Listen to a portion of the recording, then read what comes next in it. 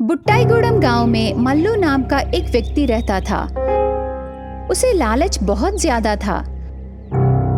हर समय दिन में सपने देखता रहता था। रातों रात अमीर बनने का सपने देखता था।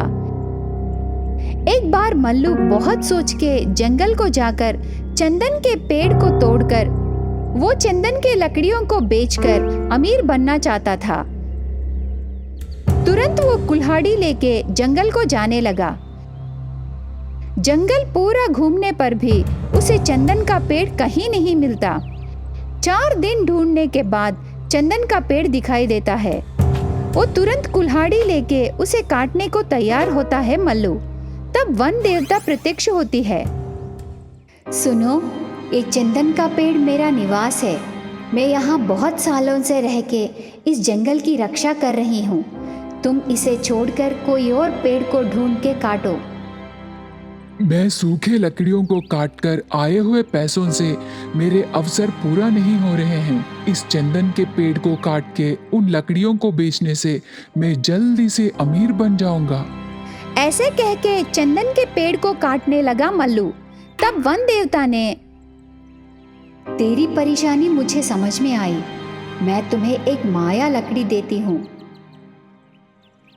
ये लकड़ी से तुम किसी को भी मारने से उनके रोग उसी समय कम हो जाएंगे। उससे वो लोग तुम्हें पैसे देंगे।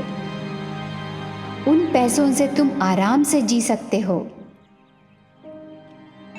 ऐसे कह के माया लकड़ी देती है वन देवता। मल्लू वन देवता के दिए माया लकड़ी को लेके घर निकलने लगता है। बीच रास्ते में उसे गोनी गुरवैया दिखाई देता है। तुरंत माया लकड़ी से गुरवैया के पीठ पर मारता है। गुरवैया का गोनी चली जाती है। गुरवैया बहुत खुश होके मल्लू के हाथ में 1000 रुपए रखता है। अरे बाबू, तुम कौन हो मुझे पता नहीं। तेरे वजह से बहुत सालों से रही मेरी गोनी चली गई। तू साधारण व्यक्ति नहीं है रे। ऐसे कह के अभिवंदन करता है। उससे मल्लू बहुत खुश होता है। मल्लू ऐसे जाते समय लंगड़ा कनकैया दिखाई देता है। उसके पास रहे माया लकड़ी से लंगड़ा कनकैया के पैर पर मारता है। उससे उसका पैर ठीक हो जाता है। कनकैया बहुत खुश होके 1000 रुपए देता है। उससे मल्लू की खुशी आसमान को छूने लगती है। ये सबसे मल्लू में लालच बहुत बढ़ जाता है। इस बार किसी अमीर आदमी को मारने से लाखों रुपए इनाम में मिलेंगे। ऐसे सोचता है। उसी समय शिकार करने आया महाराज मल्लू के नजर लगता है। ये महाराज को भी शायद कोई ना कोई रोग रहेगा। ये माया लकड़ी से एक मारने से वो ठीक हो जाएंगे। उससे महाराजा बहुत खुश होके बड़े इनाम देंगे। ऐसे सोच के महाराजा के पीठ पर एक मारता है। उससे महाराजा को बहुत गुस्सा आता है।